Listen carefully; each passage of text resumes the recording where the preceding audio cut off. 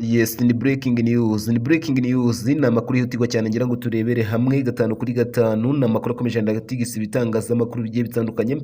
Ni kuri aya masaha turi kuwa mbere ku itariki 27 z'ukwezi kwa mbere mwaka 2025. Birumvikana tugarukanya amakuru akomeye cyane. Tugarukanya amakuru akomeye cyane ni n'amakuru agiye kwibanda ku mutekano politiki ndetse na diplomasi ndetse no ku mutekano wo mu karere k'ibiyaga bigari.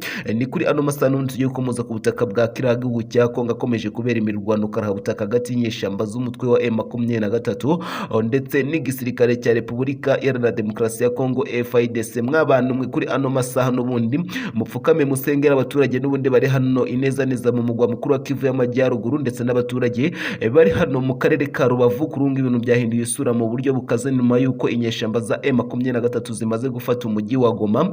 Kurunga ibintu byakomeye, ingabo za Repubulika Demokarasi ya Kongo FARDC zifatanyije n'aba Wazalendo ndetse n'aba FDLR kurungu bari kuminjira urufaya rw'amasasu ineza mu karere ka Rubavu ku butaka bw'igihugu cy'u Rwanda. Kuri ubu ngubu abantu bari guhunga, abaturage bakuye imishwaro, abapolisi bo bikuye mu rugamba ineza ku mupaka w'igihugu cy'u Rwanda ndetse n'igihugu cya Repubulika Demokarasi ya Kongo.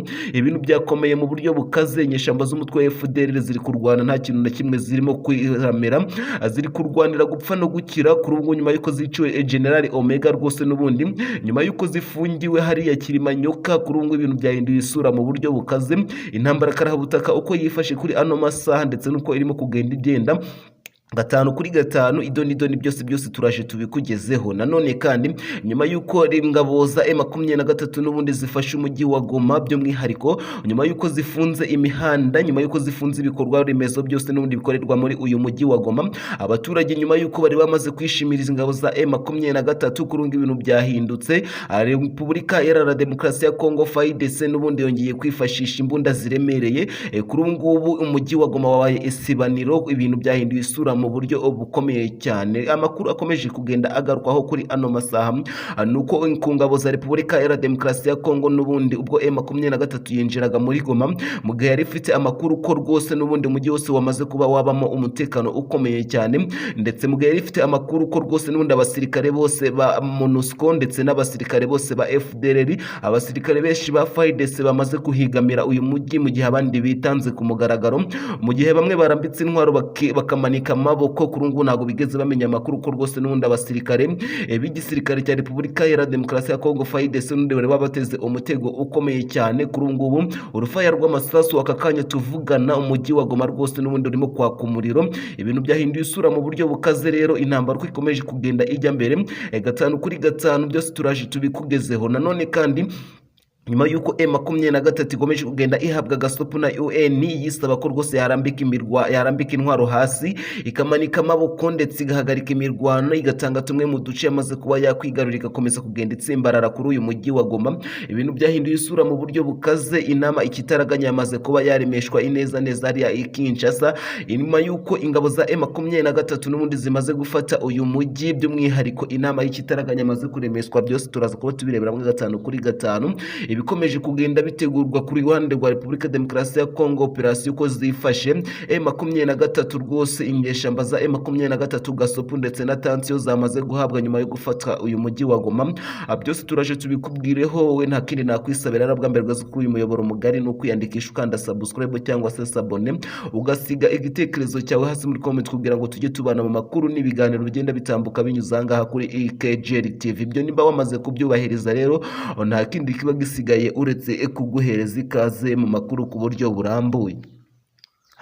Yes, ni amakuru rero turamburiye hamwe n'ubundi tuyahereye ku butaka bwa kino gihugu cya Kongo, aho imirwano karabutaka ikomeje kugenda ifata intera ikomeye cyane. Ni kuva ku munsi w'ejo ubwo imirwano yari ndangiza muntu kuva ineza hariya Kilimanyoka bwose n'ubundi ahiciwe General Omega w'inyeshyamba za FDLR, kuva hejuru mu kibaya cya Nyiragongo rwose n'ubundi aho M23 ku munsi w'ejo mu masaha mu gitondo yarwaniraga yifashishije drone z'intambara, intwaro karahabutaka, imbunda ziremereye ikomeye ndetse n'abasupeja force bakomeye cyane ikarwana imanuka yerekeza mu mugwa mukuru wa Kivu y'Amajyaruguru. Ubwo mu masaha ya nimugoroba n'ubundi urugamba rwongeraga kuba indangizamuntu, bivuga ko rwose M23 yamaze gufata ikibuga cy'indege cya Goma, yamaze gufunga ikirere. Kuri ubu ngubu nta ndege yemerewe guparika cyangwa ngo iparikure ineza neza mu mugwa mukuru wa Kivu y'Amajyaruguru. Ibintu byahinduye isura mu buryo bukaze. Ingabo za Repubulika Demokarasi ya Kongo FARDC zongeye gutangiza intambara ku gihugu cy'u Rwanda. Kuri ubu ngubu amasasu akomeye cyane n'ubundi ari kugwa hano mu karere ka Rubavu. Biravugwa ko rwose kugeza kuri uyu munota tuvugana n'ubundi, nyuma y'uko M23 mu joro ryashize aribwo yamaze kwinjira uyu mujyi wa Goma, nyuma yo kuwukuramo abasirikare benshi ba SADC, aba MONUSCO, nyuma yo kwirukanamo abasirikare ba Wazalendo ndetse n'abasirikare ba FARDC. Kuri ubu ngubu ibintu byahinduye isura mu buryo bukaze. Ingabo za Repubulika Demokarasi ya Kongo zari zateze umutego ukomeye cyane, bamwe bitanze. Ni mu gihe ku mupaka uhuza igihugu cy'u Rwanda ndetse n'igihugu cya Repubulika Demokarasi ya Kongo ariho hakomeje kugenda hagaragara amafoto ndetse n'amashusho y'abasirikare ba MONUSCO n'ubundi, by'umwihariko bari gusaba leta y'igihugu cy'u Rwanda ko yabaha inzira by'umwihariko kugira ngo babashe kuba bava mu gihugu cya Repubulika Iharanira Demokarasi ya Kongo, kugira ngo bave mu mirwano, dore ko rwose by'umwihariko nta nzira n'imwe yabakura muri uno mujyi wa Goma, kuko M23 yamaze gufunga imihanda yose. Imihanda yafunzwe ndetse n'inzira zo mu kirere kuri ubu ngubu zose zirafunzwe. Ineza neza mu muhanda w'amazi mu Kivu niho kuri ubu ngubu imirwano karahabutaka irimo kugenda ibera.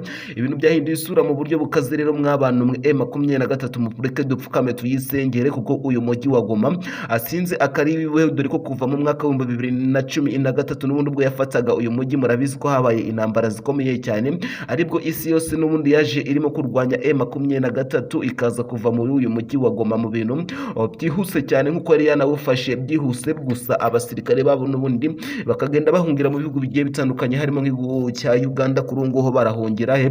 Ibintu byakomeye ku buryo bukaze rero, ibintu byongeye guhindura isura. Benshi bakomeje kugenda bagaragaza ko M23 n'ubundi iri bureke uyu mujyi igasubira mu bice bimwe na bimwe bigiye bitandukanye, igasubira mu bibaya bya Nyiragongo, igasubira mu mice nka Sake ndetse na Minova, nk'uko byakomeje kugenda bigarukwaho. M23 ese iremera gusubira mu nkengero z'umujyi cyangwa iremera ikubitirwe hano Goma ndetse inahakubitire inkoni nyinshi izi ngabo za Repubulika ya Demokarasi ya Kongo? Byose reka tubyitege mu makuru ari imbere. Uko amakuru akomeza kugenda agegwaho niko turibuze kuba tuyarebera hamwe gatanu kuri gatanu. Ibintu byongeye guhindura isura mu buryo bukaze rero. Repubulika ya Demokarasi ya Kongo yongeye kwemeza bya hato, yongeye kwemeza isi yose ko ifatanya n'inyeshamba za FDLR.